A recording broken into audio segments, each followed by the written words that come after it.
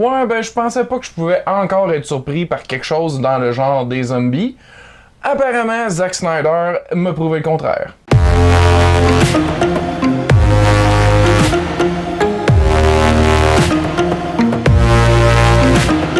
Bonjour et bienvenue à Chuck B Critique. Aujourd'hui, je vous donne mon avis sur le nouveau film de zombies sorti directement sur Netflix, réalisé par Zack Snyder, qui s'intitule Army of the Dead.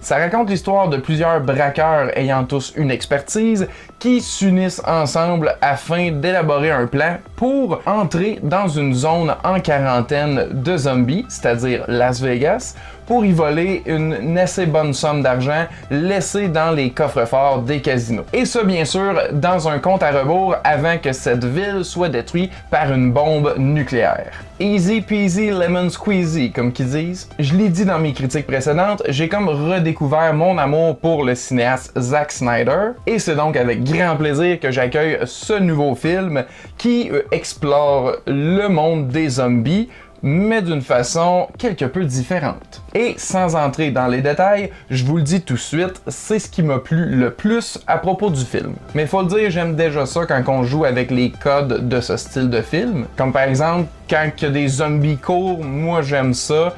Ça m'a jamais dérangé, ça l'amène de quoi de nouveau. Puis quand ils s'empilent ensemble, ben ça aussi, j'ai bien aimé ça. C'est toutes des petites choses que j'avais pas vues avant, que j'ai aimé. Puis dans ce film-là, il y a des choses que j'ai vues, que j'avais pas vues avant et que j'ai aimé. C'est définitivement plus un film d'action qu'un film d'horreur, mettons.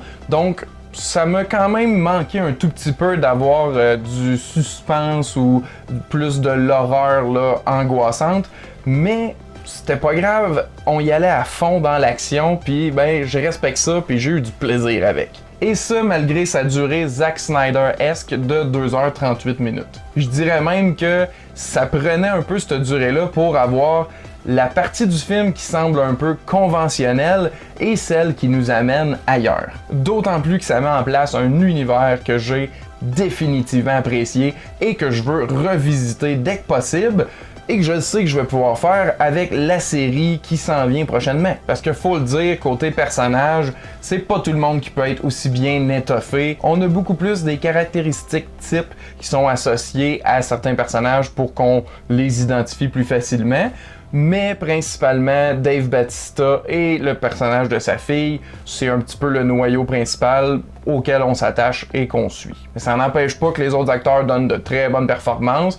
C'est simplement que c'est des personnages un petit peu plus clichés. D'ailleurs, il faut que je mentionne que le comédien Chris D'Elia a été enlevé du film complètement et remplacé par Tig Notaro, une autre comédienne. J'avais lu l'histoire à propos de ça avant de voir le film, donc c'est pour ça que j'étais au courant et que je regardais pour ces détails-là, mais sinon, on les remarque pas puis ça fait pas décrocher du tout, là. Mais je le mentionne parce que c'est quand même vraiment impressionnant comme travail de suppression et d'ajout de quelqu'un avec les mêmes angles pour filmer, parce que elle a jamais été en contact avec aucun des acteurs du film, elle a tout filmé seule. Et c'est bien comme intégré ensemble dans le film. Le gore est c'est superbe et en même temps avec une touche d'humour, ce que j'aime tout le temps comme juxtaposition. Et l'aspect braquage est intéressant, c'est pas seulement une prémisse pour l'emmener dans ce lieu-là et découvrir un nouveau monde, même si en même temps c'est un peu ça aussi. Ils l'ont rendu quand même intéressante comme histoire. La mise en scène ressemble beaucoup à ce qu'on s'attend de Zack Snyder, c'est très épique, tout a l'air grandiose et magnifique, tout en appartenant à l'épouvante et en étant horrible. Je réitère que j'ai vraiment aimé les nouveautés qui ont été apportées dans le style de film de mort-vivant. Ça se peut très bien que ça plaise pas à plusieurs, mais moi, ça a été vraiment ce qui m'a charmé à propos du film. Et j'allais presque l'oublier, il y a l'utilisation d'une chanson tout à fait adéquate pour un film de zombies. Je vous en dis pas plus, vous le découvrirez en écoutant le film. Et si vous connaissez Zack Snyder, vous savez déjà qu'il utilise de très bonnes chansons aux moments opportuns pour créer des scènes émotionnelles. En plus de la musique de son collaborateur des récentes années, Junkie XL. Pour ma part, j'ai eu énormément de plaisir avec ce film-là. Oui, j'ai senti un petit peu la durée, mais je l'ai quand même parti tard quand je l'ai écouté. Donc, c'est ça. C'est un petit peu ma faute aussi. Un film de Zack Snyder, tu pars pas ça à n'importe quelle heure. C'est vraiment une grande recommandation de ma part et j'espère que vous aurez autant de plaisir que j'en ai eu avec. Mais si vous l'avez déjà vu, ben dites-moi ce que vous en avez pensé. Est-ce que ça se classe parmi vos meilleurs films de zombies? C'est quoi votre meilleur film de zombies? Répondez-moi dans les commentaires ci-dessous. Merci à tous d'avoir écouté. À la prochaine!